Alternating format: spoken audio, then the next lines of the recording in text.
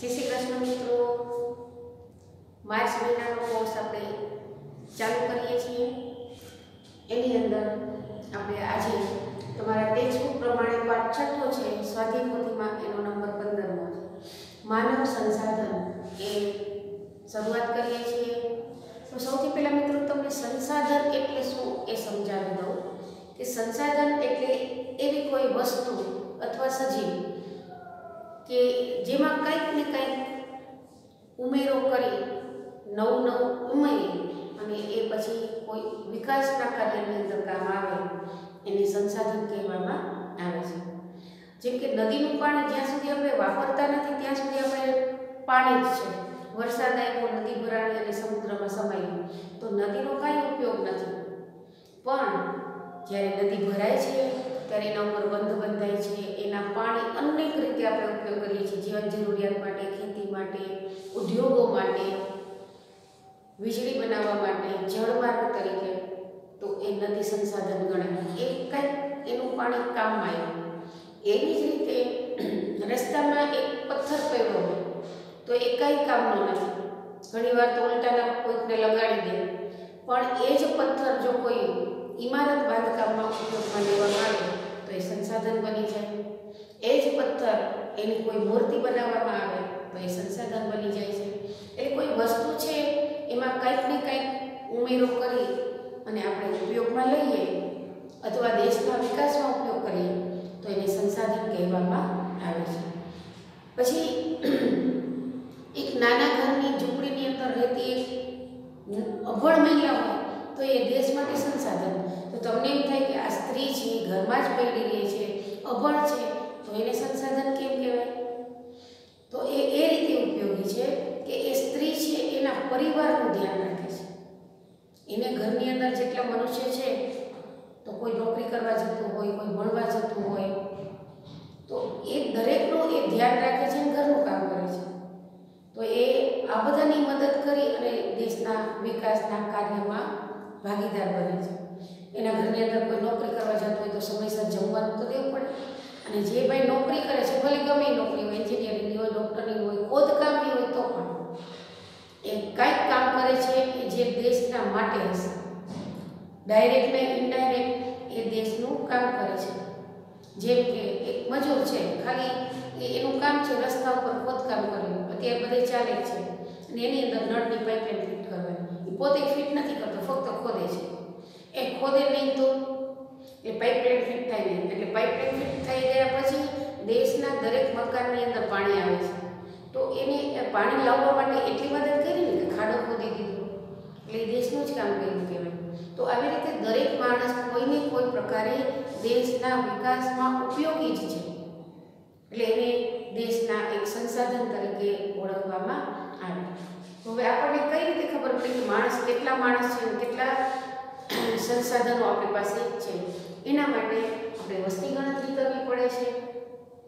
આપણા દેશની અંદર સૌથી છેલ્લે 2011માં આ વસ્તી ગણતરી કરવામાં આવેલી હતી, અને હર 10 વર્ષે થાય એટલે વસ્તી ગણતરી કરવામાં આવે। તો 2011માં થઈ તો હવે 2021ની, હવે કોરોનાના કારણે કદાચ 22મી થાય, પણ 10 વર્ષે ગણતરી કરવામાં આવે છે। તો 2011ની જે વસ્તી ગણતરી હતી એ મુજબ ભારત દેશની વસ્તી 120 કરોડની આસપાસ હતી, અને હવે એ 10 વર્ષ પછી કેટલી વધી છે એનો આંકડો હવે આપણી પાસે આવે। એવરેજ બધા બોલે છે, ઘણી ગણતરી અંદાજે કે 130 કરોડ જેટલી વસ્તી આજની કહી શકાય। તો આવી રીતે વસ્તી ગણતરી કરવામાં આવે છે। હવે મિત્રો તમે કદાચ ક્યાંક એવું સાંભળ્યું છે, વસ્તી ગણતરી કરવા આવે ને એટલે લોકો 50 પ્રશ્ન પૂછે। આપણા ગઈઢા લોકો હોય ને કંટાળી જાય કે ભાઈ તારે શું કામ છે, આ બધાનું શું કામ, તારે ગણતરી જ કરવી છે, લખી નાખ અમારા ઘરની અંદર 8 માણસો છે, પણ એ જરૂરી નથી, એમ ગણતરી કરવા નથી આવ્યા। હવે એને લાંબા ગાળાનો વિચાર કરવાનો છે। એ હમણાં હું તમને કહું એ શું પૂછશે આપણને, કેટલા માણસો છે, કેટલી ઉંમરના છે, એટલે બાળકો છે, યુવાન છે, વૃદ્ધો છે, કેટલી સ્ત્રી છે, કેટલા પુરુષો છે, શું કરે છે, ભણે છે, નોકરી કરે છે, વ્યવસાય કરે છે, તમારા ઘરના અંદર કેટલા ઇલેક્ટ્રોનિક્સ છે, એવું બધું પૂછે। કેટલા વાહનો ચલાવો સાચો જવાબ દેવાનો. હવે એનું કારણ એ છે કે જ્યારે વસ્તી ગણતરી કરે છે ને એના કારણમાં શા માટે વસ્તી ગણતરી કરવામાં આવે છે, તો સરકારને છે ને આ 130 કરોડની વસ્તી માટેનું આયોજન બનાવવું છે. તો એટલે એ પ્રશ્ન પૂછે છે કે 130 કરોડની વસ્તીને આપણા દેશની અંદર કેટલી ઇલેક્ટ્રિસિટીની જરૂર પડશે, તો એ લોકો વ્યવસ્થા કરી શકે ને કે આપણે દેશની અંદર આટલો ઇલેક્ટ્રિકનો ઉપયોગ થાય છે, એ ઉપરાંત આટલા વાહનો ચાલે છે તો પેટ્રોલની વ્યવસ્થા કરવી પડે છે, આટલા સ્ત્રીઓ છે, આટલા પુરુષો છે, આટલા ભણે છે, તો એ માટે શિક્ષણની, શાળાની, આરોગ્ય માટે દવાખાનાઓની એ જરૂર પડે છે. એ બધું એને પ્લાનિંગ કરવું પડે છે, એટલે એ પૂછે છે. એટલે વસ્તી ગણતરી એના માટે કરવામાં આવે છે કે આપણા સરકારને એક આખા વર્ષનું આયોજન બનાવવાનું. તો આ માટે વસ્તી ગણતરીમાં આટલા બધા પ્રશ્નો પૂછતા હોય છે. તો હવે વસ્તી ગણતરી થાય તો આપણે માણસ કઈ રીતે ઉપયોગી છે, તો જો માણસનું આરોગ્ય સારું હોય, એ શિક્ષણમાં શિક્ષિત હોય અને એનામાં કદાચ શિક્ષિત નથી તો કોઈ પણ કૌશલ્ય હોય છે, કુશળતા હોય છે કે દરેક ભગવાનને દરેક વ્યક્તિને કંઈક કૌશલ્ય આપ્યું છે, પણ માણસ જો એને ઓળખી જાય તો એ કૌશલ્ય બહાર આવે અને વિકસે અને ઘણી રીતે એ આર્થિક રીતે મદદ થાય છે. એટલે જો આવા માણસો દેશ પાસે છે તો એ દેશના વિકાસમાં આગળ વધારવામાં મદદરૂપ થાય છે. એટલે આરોગ્ય સારું હોય, શિક્ષણ પણ હોય અને કુશળતા પણ હોય એવા મનુષ્ય દેશના વિકાસમાં ખૂબ જ ભાગ લે છે અને એનો ફાળો નોંધાવે છે. હવે આ ભારતની વસ્તી અંગેનો ખ્યાલ એમાં જોઈએ તો આખા દુનિયાની અંદર જેટલા દેશો છે એ લોકોનું ક્ષેત્રફળ કેટલું એમ ગણતરી કરીએ તો સૌથી વધારે વિસ્તાર ધરાવતો હોય તો એ ભારતનો 7મો નંબર આવે છે અને વસ્તીની દ્રષ્ટિએ ગણતરી કરીએ તો ભારતનો 2જો નંબર આવે છે. પહેલો નંબર ચીનનો છે. તો આવી રીતે વસ્તી ગણતરીમાં ભારત 2જા ક્રમે આવે છે. હવે આ વસ્તી મેં તમને હમણાં જ કીધું 20ની હતી, હવે 30ની થશે. તો એ શા માટે વસ્તી વૃદ્ધિ વધતી જ થાય છે, એના કારણો શું? પહેલાના જમાનામાં આવું હતું કે એવું હતું નહીં, આટલી બધી વસ્તી નહોતી વધતી, તો શા માટે હવે આટલી બધી વસ્તી વધવા લાગી? તો એના આપણે કારણો જોઈએ તો સૌથી પહેલાં વસ્તી વૃદ્ધિના કારણોમાં ઘણી વિદેશી પ્રજા આપણા દેશમાં આવીને વસે છે. આપણા દેશની તો વસ્તી છે, સાથે બીજી વસ્તી એમાં ભળે છે, એટલે વસ્તીનો દર વધતો જાય છે.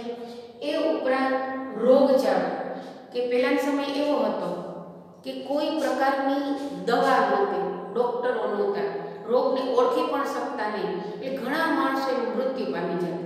એટલે વસ્તી વધી હોય ને તોય એ વધારાની અંદર ગણતરીમાં આવતી નથી, એટલે માણસો ખૂબ મૃત્યુ પામતા. પણ હવે આ રોગના ઈલાજ મળી જાય છે, એટલું આપણું મેડિકલ સાયન્સ આગળ વધ્યું છે કે જેવો કોઈ નવો રોગ નીકળે એટલે તરત એની દવા શોધાઈ જાય છે અને લોકોને મૃત્યુ પામતા બચાવી લેવામાં આવે છે. કારણ કે અંતે તો એ દેશના વિકાસ માટે જ કામ, નહીં તો સરકારને શું પડે ગમે એટલા માણસો મરે જન્મે, પણ આ દરેક માણસ દેશના વિકાસના એક ભાગરૂપ છે, એટલે સરકાર દરેક માણસોને બચાવવાના પ્રયત્ન કરે. બીજું છે ભૂખમરો, કે એક સમય એવો હતો કે બહુ દુષ્કાળ પડતા અને કોઈ બંધો કે સિંચાઈની યોજના નહોતી, એટલે વારંવાર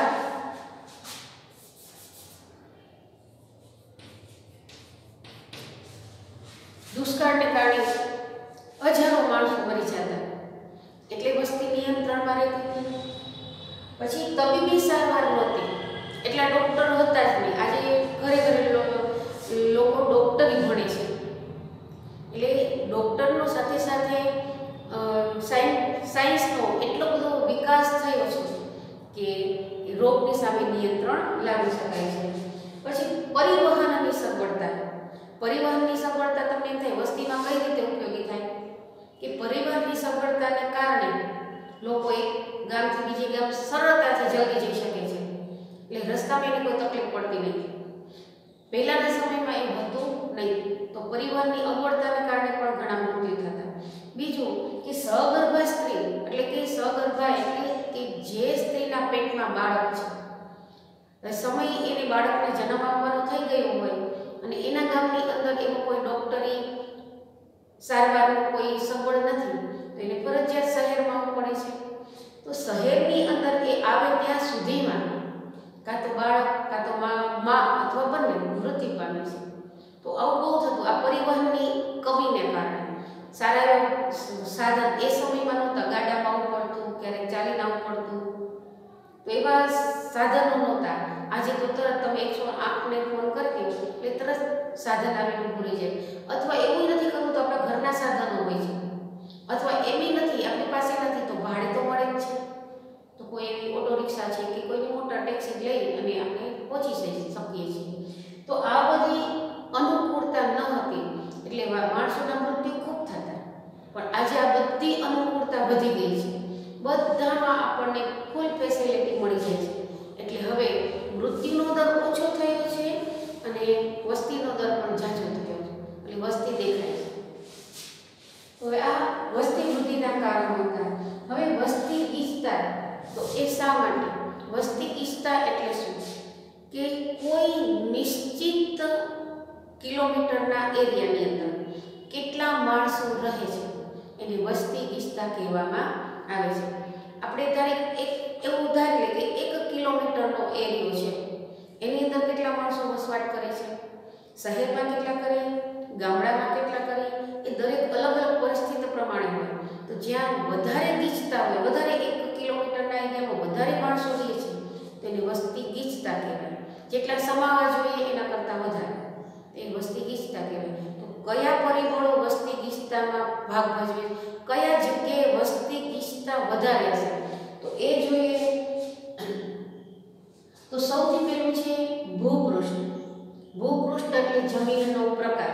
આપણે તમે મેઇન 5 પ્રકાર ભણી ગયા છો કે મેદાન પ્રદેશ હોય, ઉચ્ચ પ્રદેશ હોય, પર્વતીય વિસ્તાર હોય, દરિયાના કિનારાના વિસ્તાર હોય, નદી કિનારાના વિસ્તાર અને રણ પ્રદેશ હોય। તો આ દરેક જગ્યાએ જ્યાં મેદાન પ્રદેશ અને નદી કિનારાના પ્રદેશ હશે ત્યાં વસ્તી ગીચતા ખૂબ હશે, કારણ કે બધી રીતની અનુકૂળતા લોકોને મળી છે।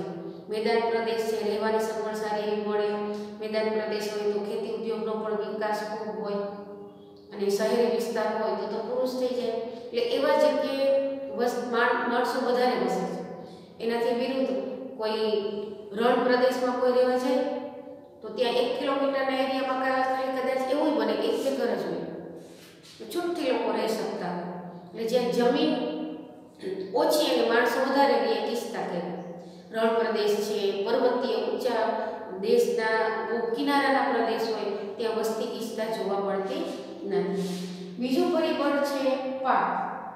દરેક પ્રકારના ખેતી એ જે વિસ્તારની અંદર અનુકૂળતાએ મળી જતી હોય, ખોરાક માટેની દરેક અનાજ, કઠોળ, શાકભાજી, ફળ બધું સરસ રીતે મળી જતું હોય એવા વિસ્તારની અંદર વસ્તી વધારે હોય, અને જ્યાં મળતું નથી, ખૂબ મહેનત કરવી પડે, બહુ દૂર દૂર સુધી લેવા જવું પડતું હોય તો ત્યાં વસ્તી ઓછી જોવા મળે છે। જે જગ્યાએ ખનિજ, જે જગ્યાએ ભરપૂર ખનિજનો ભંડાર હશે તો એવા સ્થળોએ વસ્તી ગીચતા ખૂબ હોય, અને જે જગ્યાએ ખનિજ છે જ નહીં તો ત્યાં ખનિજ હોય ને ત્યાં ઉદ્યોગોની સ્થાપના થાય, તો જ્યાં ખનિજ નથી તો ત્યાં વેપાર પણ નથી, એટલે લોકોની વસ્તી ત્યાં જોવા ન મળે। એના પછી પાણીની ભરપૂર સગવડતા જોઈએ। પાણી વગર તો લોકો કેટલા બધા હેરાન થાય, સવારે ઉઠીએ કે રાત્રે સૂઈએ ત્યાં સુધી આપણને ખૂબ પાણીની જરૂર પડે છે। એક દિવસ જો ઘરમાં પાણી ન આવે કે વહેલા મોડું આવે તો મમ્મીઓ કેટલી બધી હેરાન થઈ જાય છે। એટલે જ્યાં પાણીની ભરપૂર સગવડતા હશે ત્યાં વસ્તી ગીચતા હશે।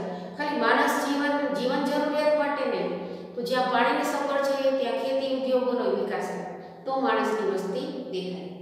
એના પછી ઉર્જા દરેક પ્રકારની, આપણે ઇલેક્ટ્રિકની ઉર્જા એવું નહીં, પછી પેટ્રોલ ડીઝલ એ પણ ઉર્જાના જ સ્ત્રોત છે, તો એ સરળતાથી આપણને મળી જતું હોય તો એ જગ્યાએ વસ્તી વધારે હોય છે।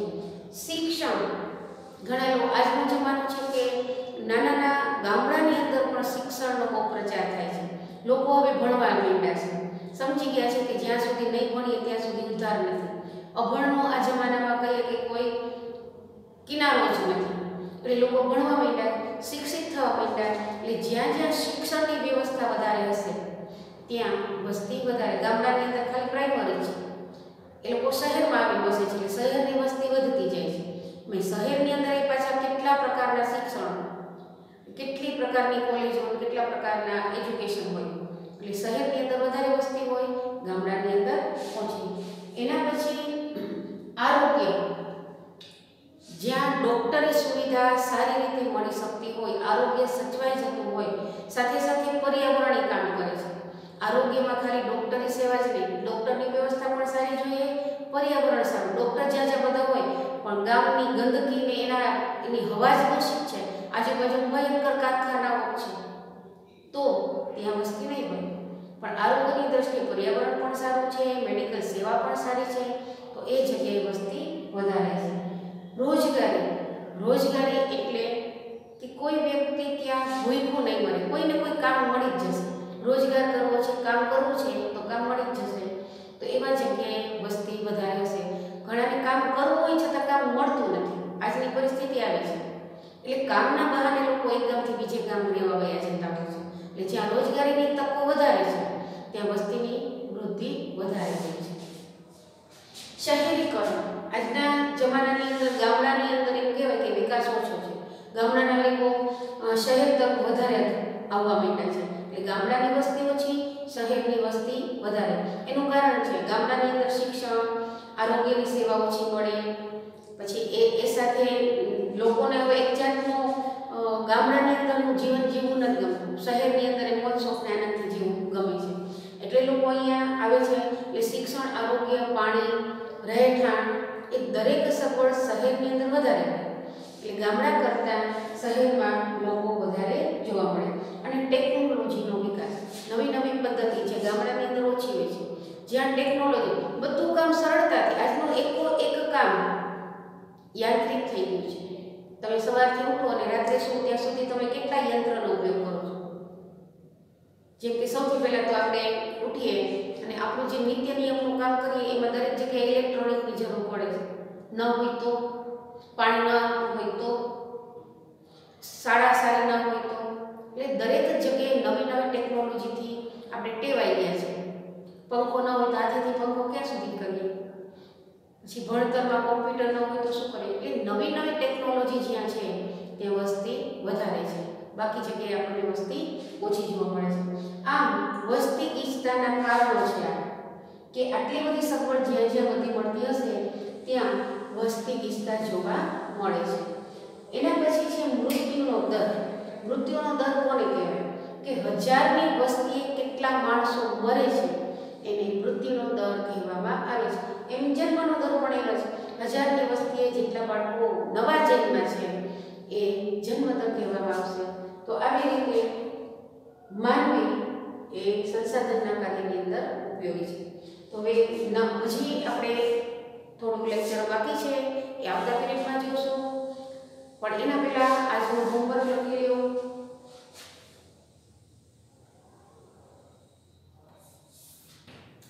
વસ્તી ગીચતાના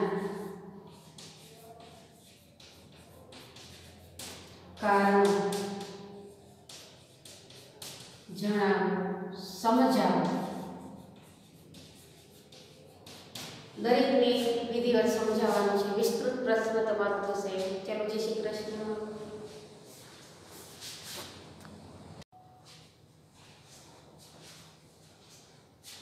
જય શ્રી કૃષ્ણ મિત્રો. આપણે પાઠ માનવ સંસાધનનો ચાલુ કરી દીધો હતો. હવે એમાં આપણે થોડા આગળ વધીએ કે આપણે માનવ સંસાધન કઈ રીતે કઈ બાબતો પર આધાર રાખે છે એ આપણે આગલા પીરિયડમાં ભણ્યા. હવે આજે આપણે ભણવાનું છે વસ્તીનું માળખું કેવું હોય, એમાં કઈ કઈ બાબતોનો સમાવેશ થાય છે એ પ્રમાણે એનું જૂથ પાડવામાં આવે. તો હવે આજે આપણે એ માળખાના જૂથ પ્રમાણે માનવ સંસાધનને ઓળખીશું. તો સૌથી પહેલાં વસ્તી પ્રમાણે જૂથ અલગ અલગ પાડવાના છે. એમાં સૌથી પહેલું છે વય જૂથ. ઉંમર પ્રમાણે વસ્તીના જૂથ પાડવામાં આવે. તો 3 જૂથ પાડવામાં આવે છે. તો 0 થી એટલે કે જન્મેલા બાળકથી લઈ અને 14 વર્ષની ઉંમરના સુધીના બાળકોનું પહેલું બાળ જૂથ ગણવામાં આવે. પછી 15 વર્ષથી લઈ 59 વર્ષ સુધીનાનું વયસ્ક, અને જેને સિનિયર સિટીઝન કહીએ એ 60 વર્ષથી બધા, પછી જેટલી ઉંમરના હોય એ બધા. આવી રીતે બાળકો, યુવાનો અને વૃદ્ધો, એવી રીતે 3 જૂથમાં માળખું આપણું વહેંચાયેલું છે. એમાં ખાસ કરીને જે યુવાનોનું જૂથ જે છે 15 થી 59 વર્ષનું, એ વધારે દેશને વિકાસ તરફ આગળ લઈ જવાવાળું જૂથ ગણી શકાય, કે એ લોકો કાર્યક્ષમ હોય છે, શક્તિશાળી હોય છે અને કામ કરવા સક્ષમ પણ હોય છે. બીજું જૂથ છે સ્ત્રી અને પુરુષોનું જૂથ. આમ જોઈએ તો સ્ત્રી અને પુરુષોમાં કામ કરતા જૂથની અંદર પુરુષોનું વધારે મહત્વ દર્શાવાય, પણ આજનો જે આધુનિક યુગ છે એમાં બંને સાથે સાથે ચાલે છે. દરેક કાર્યની અંદર સ્ત્રીઓ પણ જોડાય છે, એટલે બંનેનું મહત્વ સરખું છે. પણ એમ છતાં ભારતની અંદર જેટલા પુરુષો જન્મે છે એના, એટલે કે છોકરાઓ જન્મે છે, પુત્ર જન્મે છે, એના કરતાં દીકરીનું પ્રમાણ ઓછું છે, સ્ત્રીઓનું પ્રમાણ ઓછું છે. સાક્ષરતા એટલે ભણેલા કેટલા છે. તમને એમ કેવું કે સાક્ષર કોને કહેવાય, તો એની એક જ વ્યાખ્યા છે કે ઉંમર 6 વર્ષની ઉંમરથી 14 વર્ષના બાળકો પ્રાઇમરીમાં ભણતા હોય, એટલે 6 વર્ષની ઉંમરનું બાળકથી 14 વર્ષના ઉંમરના બાળક સુધીના એ લખી વાંચી શકે એ સાક્ષર કહેવાય. બાકીના નિરક્ષર, એ પોતે લખી અને વાંચી શકતા નથી. તો આવું સાક્ષરતાનું પ્રમાણ જોવામાં આવે છે. પહેલાંના જમાનામાં આ પ્રમાણ ઓછું હતું, હવે આ પ્રમાણ વધવા લાગ્યું. એ દેશ માટે બહુ સારી બાબત છે. ભણેલી માનવ સંસાધન હોય એ દેશને ખૂબ જ ઉપયોગી, કારણ કે ભણેલા છે એ જલ્દી સમજી જાય છે. ઘણી બાબત એવી હોય કે ભણેલા હોય, જ્ઞાની હોય તો તરત સમજમાં બેસે, બીજાને બેસતા થોડી વાર લાગે અથવા ન પણ સમજે. સાક્ષરતાનું પછી વ્યવસાય પ્રમાણે કોઈ નોકરી કરતા હોય, કોઈ મજૂરી કામ કરતા હોય, અથવા કોઈને પોતાના પર્સનલ વ્યવસાય હોય, ઉદ્યોગ, ખેતી કે જે હોય, તો એ રીતે વ્યવસાય માળખું ગોઠવવામાં આવે છે. પછી વસ્તીમાં પરિવર્તન આવતું જાય છે, તો એ પરિવર્તન પ્રમાણે પાછા એના 2 જૂથ પાડવામાં આવે છે. એક છે સંખ્યાત્મક અને બીજું છે ગુણાત્મક પરિવર્તન. તો સંખ્યાત્મક પરિવર્તન કોને કહેવાય કે વસ્તીનો વધારો પહેલાંના સમય કરતાં વધ્યો છે, પણ એમ છતાં પહેલાંના સમયની અંદર અમુક તકલીફો હતી, એટલે મૃત્યુદર વધારે હતો. એના તુલનામાં આપણે કહીએ તો અત્યારે જન્મદર વધ્યો છે, એની સામે મૃત્યુદર ઘટ્યો છે, એટલે વસ્તી ડબલ વધતી હોય એવું લાગે. તો એ સંખ્યાત્મક પરિવર્તન ગણાય છે. અને ગુણાત્મક પરિવર્તન, એમાં પણ સુધારો છે કે પહેલાંના સમય કરતાં અત્યારના માણસો શિક્ષિત છે, નિરક્ષર કરતાં સાક્ષરનું પ્રમાણ વધ્યું છે. એ ગુણ કહેવાય, સારી બાબત કહેવાય. તો આવા પરિવર્તનો વધારે જોવા મળે છે, એટલે ગુણાત્મક પરિવર્તનો થાય છે, એ વિકાસ માટે સારી બાબત ગણવામાં આવે છે. એના પછી ધાર્મિક જૂથ, કે ભારતની અંદર અનેક ધર્મને પાળતી પ્રજાઓ વસે છે. દરેક ધર્મ પ્રમાણે જો જૂથ બંધાવવામાં આવે તો સૌથી મોટો જૂથ છે હિન્દુ ધર્મનો, અને ત્યાર પછી મુસ્લિમ ધર્મનો આવે, અને પછી અન્ય ધર્મ જે પાળતા લોકો છે એ જૂથનો નંબર આવી શકે છે. પછી છે ભાષા જૂથ. ભારતમાં અનેક પ્રાંતો છે, અનેક રાજ્ય છે, 29 રાજ્ય અને કેન્દ્ર શાસિત પ્રદેશોનો આપણો દેશ છે. તો દરેક તમે રાજ્યની અંદર જાઓ, દરેકની ભાષા અલગ અલગ છે. તો એ પ્રમાણે આપણે ભાષાના પ્રમાણે જૂથ પાડેલા છે, અને આપણા બંધારણની અંદર 22 ભાષાઓને માન્યતા આપવામાં આવેલી છે. આરોગ્યની દ્રષ્ટિએ, કે આરોગ્ય અત્યારે મેડિકલ અને ટેકનોલોજી ખૂબ આગળ વધી છે, એટલે લગભગ એમ કહી શકાય કે લોકો આરોગ્ય પ્રત્યે સચેત પણ બન્યા છે, જાગૃત પણ બન્યા છે, અને એમાં સુધારો પણ જોવા મળે છે. કારણ કે એક સારો સ્વસ્થ નાગરિક હોય એ દેશનું સ્વસ્થ અને સાચું સંસાધન ગણી શકાય. તો આરોગ્ય બાબતે પણ આપણને સુધારો જોવા મળે છે. હવે છેલ્લો પોઈન્ટ લઈએ કે રાષ્ટ્રીય વસ્તીની નીતિ શું હોવી જોઈએ. રાષ્ટ્રની વસ્તી આમ કહીએ તો રાષ્ટ્રની વસ્તી છે એ જ સંસાધન છે. વસ્તી જાજી હોય તો સંસાધન જાજુ, પણ એમાં સામે જેટલી વસ્તી વધે છે એમાં આયોજન પ્રમાણે એનું આપણે લેવલ લઈ શકતા નથી. આયોજન જેટલા વસ્તીનું કર્યું હોય એમાં હર વર્ષે વસ્તી વધતી જાય છે, એટલે વિકાસનો આપ જલ્દી આગળ વધી શકતો નથી. એટલે નીતિ એવી કે ગુણાત્મક માનવ સંસાધન વધે અને વસ્તી જન્મદર ઘટે, એ અત્યારે ખાસ અગત્યનું છે. વસ્તી ઘટવી જોઈએ પણ એની સામે મૃત્યુદર વધારવો નથી.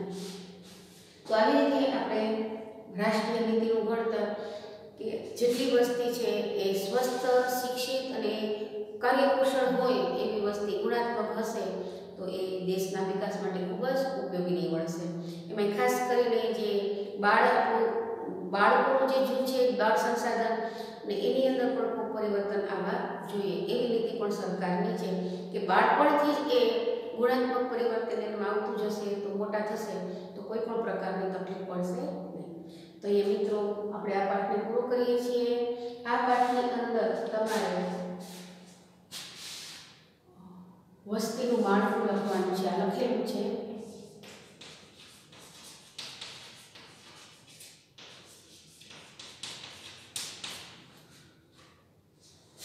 જય શ્રી કૃષ્ણ.